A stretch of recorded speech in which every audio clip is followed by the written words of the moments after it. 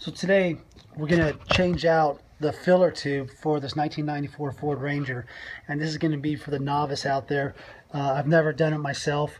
Last weekend, my daughter's boyfriend, who's a mechanic, we were going to go ahead and do it by dropping the gas tank, and found it to be just too cumbersome. So instead of doing it the old-fashioned way, we're going to do is take the bed of the truck off. I know I actually use my truck for work, so I'm going to have to take everything out.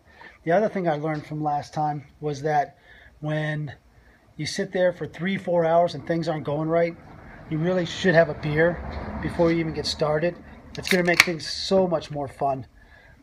So when things go wrong, you don't get quite as upset. So I'm about halfway done unloading the truck, and it might be time for me to open up another beer because this is going pretty slow.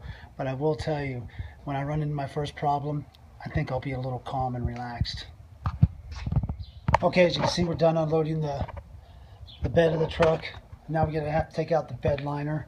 But I think it's time for a pee break because I want to be comfortable. So, cheers, and I'll be back in a few minutes. Okay, so I took out the bed liner. It was just held in by screws over the holes there. So you just unscrewed the hooks, and then the bed liner basically just lies in there.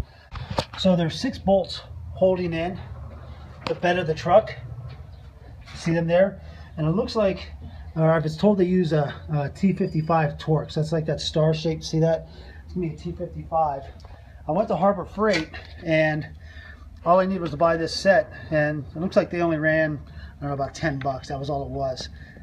So I'd never been to Harbor Freight, so instead of me just spending 10 bucks, I ended up spending a couple hundred. There are a lot of cool things there I couldn't live without. So you get the T55. All right. Oh shit, I just dropped it. Oh, there it is. Excellent. All right, now let's get a wrench. Now let's go ahead and start cracking these open. Now I'm told that with these bolts that we have to be careful because a lot of times they're going to be rusted, so there's a chance you could snap them, and if that's the case, then you're going to end up having to drill them out. Yeah, before I get started, I'm going to have to grab another beer. It's getting hot. It's like 90-something degrees outside, and in the garage I think it might even be hotter. Oh, I forgot to mention also, my girlfriend broke up with me today, so I'm kind of sad. Cheers. So here we go. Oops, that's tightening it. Let's see what happens if I actually put in the loosen mode. Let's see if I can do this one hand. Let's see how good these bolts are in. Let's see how this next one goes. Because if that's the case, that might be time to celebrate with another drink of beer. Oh my gosh. Man, I heard nightmares about this. Oh, did I mention my girlfriend broke up with me today? I'm supposed to be sad. But she was so pissed. I started laughing. Anyways, I'll talk to you in a sec. So I was climbing into the bed of the truck, and unfortunately the ribs were starting to hurt my knees, so thank goodness I spent some money on knee pads. I didn't think I'd actually be using them for work. I was planning on using them for other things. So let me work on the rest of these screws, and I'll get back to you. Guess what I just learned?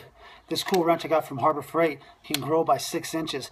It made taking the screws out so much more pleasurable. I'm sure you ladies know what I'm talking about. Anyways, so the bolts are out. Now it's time to lift the bed. Oh, and I need to have a drink too. It took me a second.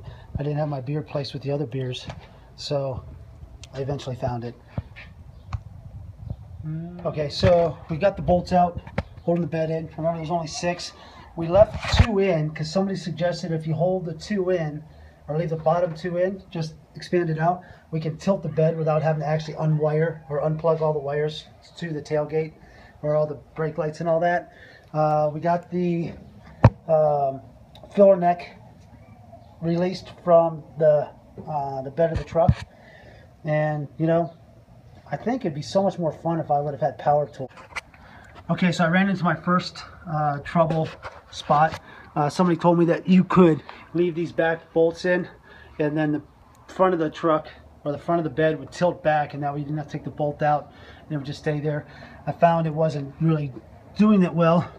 So when I lifted the back up, if you can see, I've lifted the back of the bed up.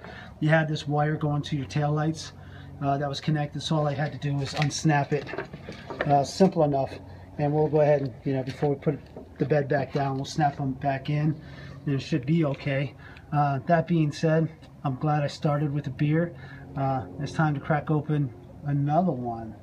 I'm not sure how many this is, but I'll tell you at the end what the total is, so that way you can plan accordingly. Alright, so you can see the bed's lifted. All I did was tilt it to the side. Like I said, all you have to do is unsnap that one wire, and everything lifted pretty good. And I just got to support it by a plastic stand there. Down here is the filler tube that I'm going to be replacing. It looks like there's duct tape, so it was split open. I'm getting ready to go. I'm going to pull that tube off, and we'll go from there. Cheers. Here's where we are. The filler tube, yeah, the inner, the outer, it was in there. There was obviously a clamp, ring clamp holding it on. It looked like it was an 8mm socket to get it off, and then it's in there pretty tight. So what ended up happening is I ended up having to put a pry bar underneath it and just kind of ratchet it up and pull it out. So this is the old one. Let's see if I can get back, give you some room. That's the old one. All right, and then here's the new one. Now what's interesting about these is I went to O'Reilly Auto Parts, which I tend to go to most often, and they were asking, I don't know, somewhere around $130, $140 for the part.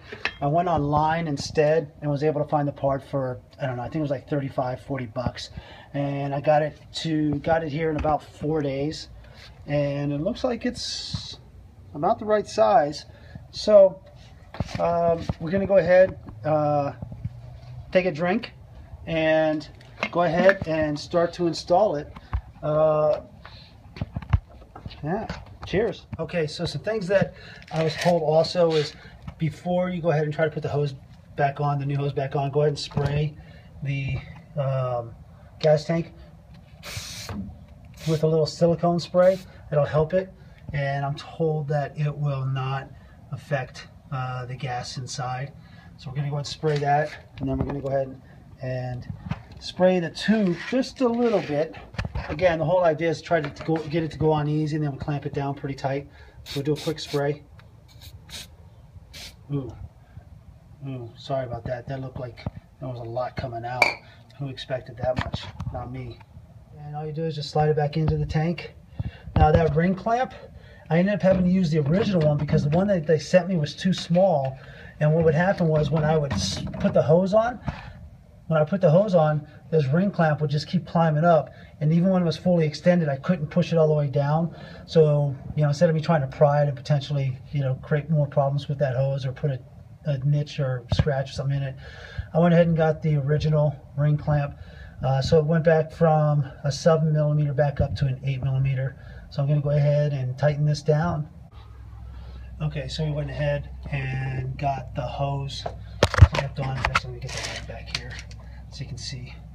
So you got the ring, and all we do is just clamp it onto the tank, and then again there's your fuel pump. So I'm going to go ahead and bend this up underneath the bed, and then I'm going to go ahead and drop the bed down, and I think it's time for another beer. All right.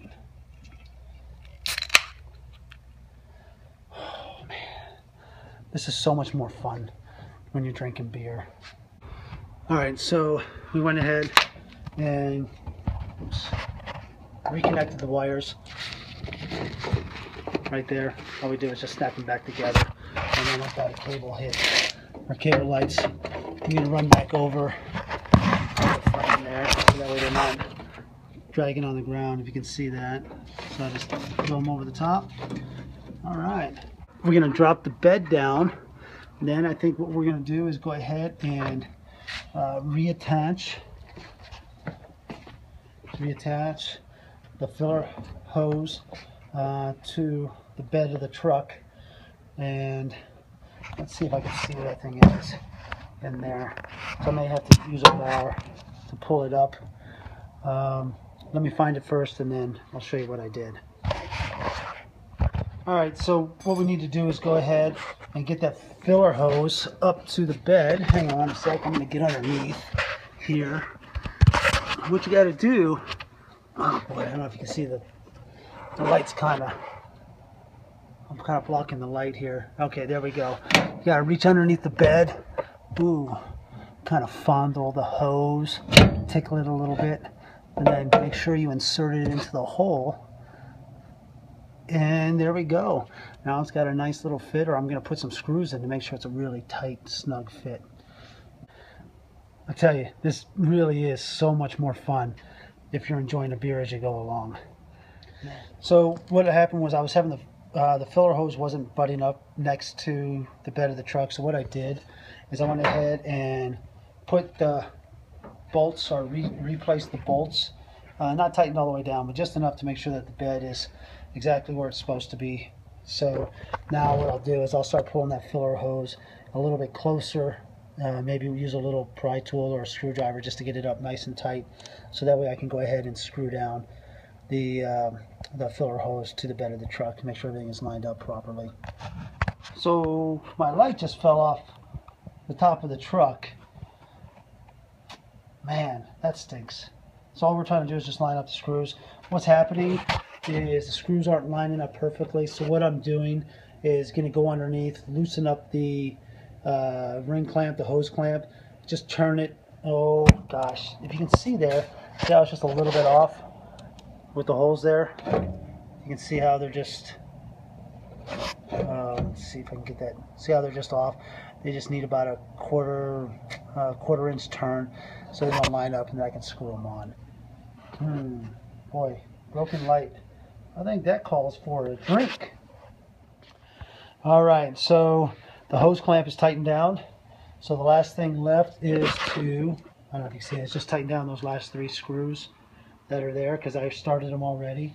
And then I'll go ahead and start the truck, show you that it works. I started it earlier just to make sure everything was working properly, and it appeared so. So I'm going to toast to my awesomeness. Thank you. So the original problem would be if the truck sat for quite a while, there was a chance it wouldn't start. So I would end up having to take off the air intake and put some starter fluid in, and then a lot of times it would fire up. And then what was happening is it was taking more and more time for it to fire up.